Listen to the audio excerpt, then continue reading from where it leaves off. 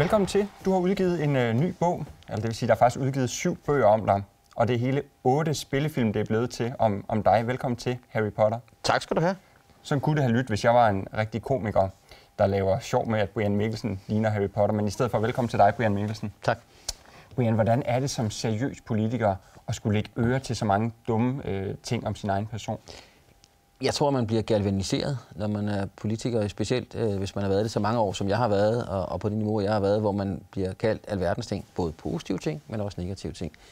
Det her med Harry Potter opfatter jeg kun som sjov, for jeg elsker Harry Potter. Jeg har læst det sammen med mine børn og har set alle filmene. Jeg besøgte Harry Potter-studiet i Watford uden for London. Okay, var det mig, der ville have din autograf? Desværre ikke, men jeg synes selv, den er sjov, så det opfatter jeg som positivt. Hvad er sådan det værste, du har oplevet om din egen person? Ja, nu skal vi gå helt over i ekstremet, ikke? Det er, hvis man får dødstrusler, eller man også får chikane i forhold til en familie og sådan nogle ting, ikke? Men det danske politiske klima er egentlig meget mere stille og roligt i forhold til andre lande. Du kan jo se, at andre lande begynder de jo nærmest at slås og kaste ting hovedet på hinanden. Ja. Her behandler man hinanden nogenlunde ordentligt, synes jeg. Og din aller værste modstander, dem kaster du en trolddom efter? Ja, de får sådan et lille med the magic touch her, og så siger de, hold nu. Jeg må ikke sige hold kæft på tv, vel? Hold nu mund, siger man så, ikke? Ja, sådan skal det være. Ja. Hvor bevidst er man som politiker om sit eget image?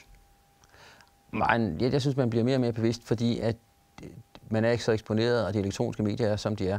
Så det er derfor, du ikke ser sådan her ud, når du holder tale? Du ved slet ikke, hvordan jeg går klædt derhjemme, vel? Det må du ikke høre. Det ved jeg selvfølgelig ikke. Brian Potter. Til sidst har vi faktisk også spurgt Harry Potter, hvordan han har det med sammenligningen med hele tiden blev sammenlignet med Brian Mikkelsen. Okay, det vil jeg gerne høre. Ja. Yeah, it's annoying, but it's fine. Jamen, tak fordi du kom. Og når du kommer tilbage på Hogwarts, vil du så ikke hilse hende den lækre Hermione Henriette Kjær?